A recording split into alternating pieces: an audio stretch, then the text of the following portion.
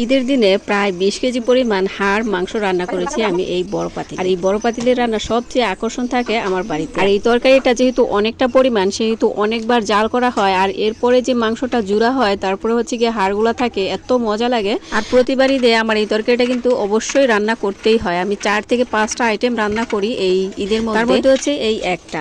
তো সবকিছু মশলা দিয়ে দিলাম, হলুদ, মরিচ, লবণ, আদা, রসুন, তারপরে যে গরম মশলা দিয়ে দিলাম, এখন জিরার গুঁড়া দিয়ে দিব, তারপরে ধনিয়া গুঁড়া দিয়ে দিব, দিয়ে তারপরে এখানে তেলটা দিয়ে দিব। আর অনেকটা চর্বি ছিল, সেই জন্য আমি সয়াবিন তেলটা কম দিলাম, যেহেতু তাজা মাংস। তারপরে আবার হচ্ছে এখানে চর্বির পরিমাণটাও বেশি আছে, এই জন্য আমি সয়াবিন তেলটা কম দিলাম। আর পেঁয়াজটাও কিন্তু আমি কম দিয়েছি, যেহেতু তরকারি পেঁয়াজ বেশি দিলে টকটক হয়ে যায়। দেখেন, এই তো আমার তরকারিটা অনেকটাও হয়ে, তরকারির কালার আর গ্রেভিটা এত সুন্দর হয়েছে, কি আর বলবো। তরকারির কালারটা একদম সুন্দর লাল টুকটুকা হয়েছে, আর গ্রেভিটা এত সুন্দর ঘন হয়েছে। আর আমি কিন্তু সয়াবিন তেল কম দিয়েছি, তারপরে দেখেন কি পরিমাণ চর্বি উঠেছে, মানে তেল উঠেছে।